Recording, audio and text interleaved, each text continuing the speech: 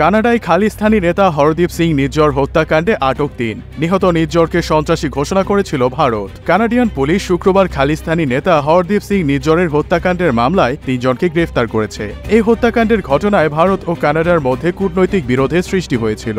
গত বছরের ১৮ জুন কানাডার সারেতে হরদীপ সিং নিজ্জরকে গুলি করে হত্যা করা হয়। কানাডার প্রধানমন্ত্রী জাস্টিন ট্রুডো এই হত্যাকাণ্ডে ভারত সরকারের জড়িত থাকার অভিযোগ করেছিলেন। নয়াদিল্লি এই অভিযোগ অস্বীকার করে সমালোচনা জানিয়েছিল অটোয়ার। কানাডিয়ান পুলিশ জানিয়েছে অভিযুক্ত ৩ জনকে আলবার্টার এডমন্টন থেকে গ্রেফতার করা হয়েছে। গ্রেফতারকৃতদের মধ্যে রয়েছেন করণপ্রীত সিং, কমলপ্রীত সিং ও করণ ব্রার।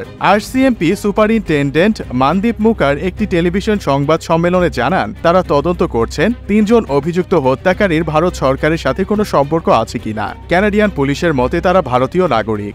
আরসিএমপি সহকারী কমিশনার ডেভিড টেবুল বলেছেন, পুলিশ হত্যাকাণ্ডের বিষয়ে আরও তদন্ত করবে। তিনি দাবি করেন আরও অনেকেই এই হত্যাকাণ্ডে জড়িত থাকতে পারে। টেবুল বলেন, এই তদন্ত এখানেই শেষ হচ্ছে না।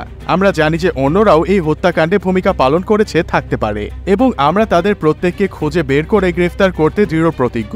ভারতের জাতীয় তদন্ত সংস্থা ২০২০ সালে নিজ্জরকে সন্ত্রাসী ঘোষণা করেছিল। তবে নিজ্জর হত্যাকাণ্ডে কানাডার অভিযোগগুলিকে ভিত্তিহীন বলে অভিহিত করেছে ভারত। ভারতের অভিযোগ, কানাডা নিজ্জরের হত্যাকাণ্ডে ভারতের সংশ্লিষ্টতার বিষয়ে কোনো নির্দিষ্ট প্রমাণ কখনোই দেয়নি।